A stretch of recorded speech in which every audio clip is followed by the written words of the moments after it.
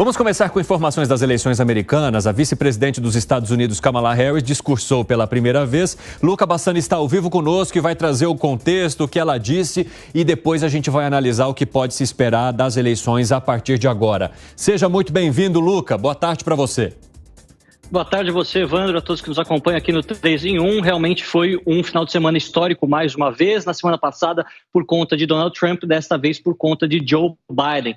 Ele que renunciou à candidatura para a reeleição na próxima eleição em novembro e favoreceu, inclusive, a sua vice-presidente como a futura candidata. Ele pelo menos endossou a candidatura, isso ainda não foi decidido pelo partido, que terá, tudo indica, um longo processo para tentar achar uma convergência para um nome em específico. Nós vemos que Kamala Harris, ela discursou pela primeira vez hoje, já que Joe Biden continua ainda afastado de todas as suas atividades por conta da Covid. Ela disse que o legado de Joe Biden ele é realmente impressionante para um presidente de apenas um mandato. Nós separamos, inclusive, um trecho da fala dela. Vamos acompanhar. O legado de realizações de Joe Biden nos últimos 3 anos é incomparável na história moderna. Em um mandato, ele já... Sim, vocês podem aplaudir.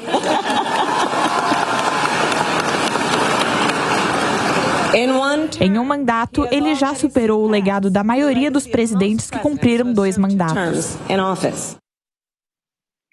Pois é, nós vemos que muitos democratas do alto escalão têm declarado apoio a Kamala Harris, não só o próprio presidente Joe Biden, que já colocou na sua segunda postagem ontem o seu apoio à sua vice-presidente, depois a família Clinton, tanto Bill Clinton, ex-presidente, quanto Hillary Clinton, a única mulher que concorreu à presidência da República, também deixou seu apoio a Kamala Harris, e agora há pouco a antiga presidente do Congresso americano, Nancy Pelosi, também fez o mesmo. Até agora, entre os possíveis candidatos, 2 nomes muito falados durante a última semana também anunciaram apoio, tanto o governador da Pensilvânia, Josh Shapiro, quanto também o governador da Califórnia, Gavin Newsom, que disseram apoiar a Kamala Harris e acreditam que ela tem total chance de derrotar Donald Trump. Excelente semana. Essa foi uma última declaração de Lula a agências internacionais numa entrevista no Palácio da Alvorada. Lula relembrou quando o presidente americano foi eleito, relembrou a sua relação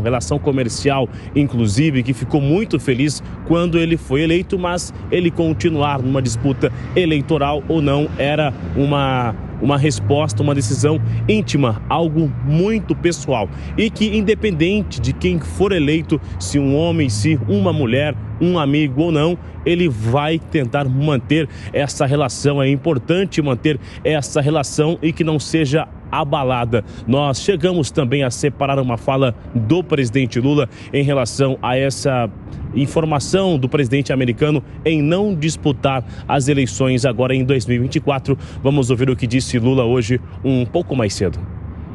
Gosto muito do Biden. Gosto muito. Respeito muito o Biden. Bem,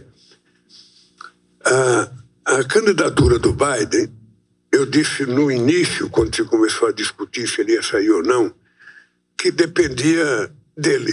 Somente ele pode entender se ele tem condições ou não tem condições. Então, seja um candidato democrata, seja o Biden, seja o Trump, a nossa relação vai ter uma relação civilizada de 2 países importantes que tem uma relação diplomática, sabe, de séculos e que a gente quer manter. E que temos parcerias estratégicas importantes com os Estados Unidos e nós queremos manter. Evandro, são 2 eleições que o Itamaraty está acompanhando. Eleições nos Estados Unidos e eleição neste final de semana na Venezuela. E existe, então, uma certa dinâmica, um cuidado para dar qualquer resposta, para não acontecer novamente uma crise diplomática, algo que possa arruinar essa relação em um clima de eleição. Então, toda e qualquer resposta do presidente Lula em relação a um eventual candidato a uma eleição tem sido com muito cuidado, com muita cautela e acompanhada inclusive por uma equipe do Itamaraty, que é justamente o Ministério das Relações Exteriores. Evandro. Obrigado pelas informações, Bruno. A gente se fala aqui ao longo dessa edição do 3 em 1. Bom, quero começar com você, Fábio Piperno, porque eu recebi uma mensagem do César Castro aqui de Curitiba dizendo o seguinte: hoje o 3 em 1 está um programa mais que especial especial porque temos a volta da lenda Fábio Piperno. Então vamos aproveitar esse retorno lendário. E eu quero saber de você, Piperno, qual é a tração ou com que tração sai Kamala Harris? Porque a gente já está falando de um partido que agregava votos e que, obviamente, quem apoia o Partido Democrata não ofereceria um voto para o republicano. Então, por si só, o partido já carrega os seus votos. Qual é o peso que Kamala Harris traria para além do que o Partido Democrata já tem? Ela traz, sobretudo, a certeza de que o partido vai ter um candidato saudável. Não é pouco nesse contexto. A grande dúvida que pairava em relação ao presidente Biden é até onde a sua saúde daria a ele condições, não só de disputar uma eleição, mas de permanecer 4 anos no cargo mais difícil da política mundial. Então, essa é a grande dúvida que rondava aí e acabou sendo um obstáculo fatal que o presidente Biden não conseguiu transpor. No caso da Kamala Harris, em relação a isso, me parece que não há dúvida alguma. Ela é uma pessoa jovem, 59 anos, e que vai poder seguir. A questão é se ela é o nome mais viável. Ela nunca foi um quadro tão popular assim dentro do partido como é, por exemplo, Michelle Obama. Sim. Até porque a Kamala Harris ela também tem pouca tradição de vida no Partido Democrata. Ela praticamente iniciou a carreira política há menos de uma década. Ela foi candidata a vice-presidente em 2020 e antes disso ela tinha disputado uma eleição em 2018. Então, sim, ela é um quadro na política relativamente novo, né? Ela não é alguém que faça parte do establishment do Partido Democrata, alguém de grande tradição que traga um sobrenome extremamente conhecido. Sim. Não se trata disso. Agora, é óbvio que a substituição era necessária, se fazia necessária, como o próprio Biden reconheceu. Só que tem uma coisa, ela ainda não é o nome formalizado. Exatamente. Há outros pretendentes que começam a surgir agora. E veja, o presidente Obama, talvez o grande eleitor democrata hoje, ainda não se manifestou. Não apoiou o nome dela. Então, eu acho que nos próximos dias, é claro que ela é o nome favorito hoje, mas ainda é cedo para a gente ter essa certeza. Esse é um detalhe interessante que apareceu ali no final da fala do Luca Bassani que eu queria debater com vocês, porque Joe Biden fala de seu apreço por Kamala Harris e a agradece por permanecer com ele, inclusive nesse momento difícil de desistência da campanha. Mas isso não indica necessariamente que o partido não vá promover outras discussões agora que possam chegar, talvez, a um nome mais popular que o de Kamala Harris hoje. Como que você enxerga esse caminho, hein, Gustavo Segré? Evandro, há muito tempo, aqui na emissora, no Pânico, eu comentei, compartilhando com o Emílio, que as chances do Biden chegar até o final eram muito baixas. Naquele momento, comentamos que o nome era Michelle Obama. E o que estaria acontecendo agora? Todos os que são aqueles que definem uma eventual candidatura, e eu acho que por isso o Barack Obama ainda não confirmou o seu apoio explícito para Kamala Harris, Michelle, pega isso, Michelle aceita esse cargo. Ela mencionou que não queria. Sim. Mas se a Michelle Obama disser, tá bom, eu tenho certeza que a candidata do Partido Democrata seria ela. E em termos de história, em geral, sempre a prioridade era do vice-presidente. Nós temos, inclusive, o caso de Biden. Biden era o vice-presidente de Barack Obama. Mas, quando a gente avalia historicamente, quem foi a outra candidata, mulher? Hillary Clinton, que perde com Trump em 2016. E uma observação que talvez o Alan possa explicar muito melhor do que eu, que ele conhece mais os Estados Unidos. A eleição de lá é por eleitores, não é pelo voto, pela quantidade de votos. De fato, Hillary Clinton conseguiu mais votos individualmente que o... 2.800.000. Por distritos, então, era muito. Né?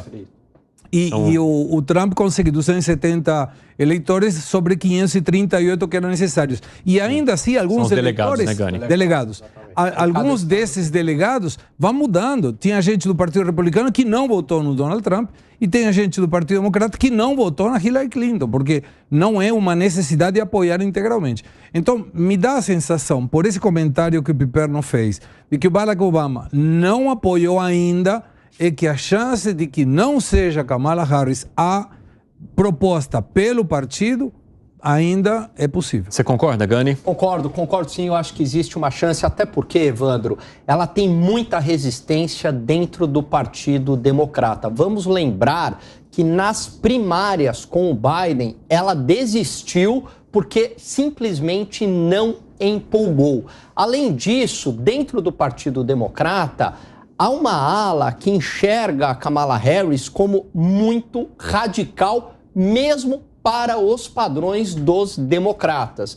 Na verdade, nos Estados Unidos, fazendo uma analogia aqui com o Brasil, existe também uma espécie de centrão. Então você tem aquelas pessoas mais moderadas do Partido Democrata que estariam mais à direita do Partido Democrata. E essas pessoas têm uma certa convergência com as pessoas que estão mais à esquerda do Partido Republicano. Então, por exemplo, George Bush, né, ele não está ali na extrema direita do partido, né? Ele está mais ao centro. Então, McCain, né, George Bush, Obama, Clinton, é tudo ali uma parte que, tudo bem, existem as divergências ideológicas entre eles, esquerda, de direita, mas há muita convergência em condição da economia, né? Você pegar o próprio Clinton, né, fez um governo bastante liberal do ponto de vista da economia. Em política externa também há muita convergência. Agora, a Kamala Harris seria uma espécie de PSOL dentro do Partido Democrata, né? Então, para eles, é um padrão também, assim, muito disruptivo. Então, tem esse ponto, né, que alas mais conservadoras dentro dos democratas não veem ela como com bons olhos, além do que ela, nas primárias dos democratas, com o próprio Biden, não se demonstrou competitiva na última eleição.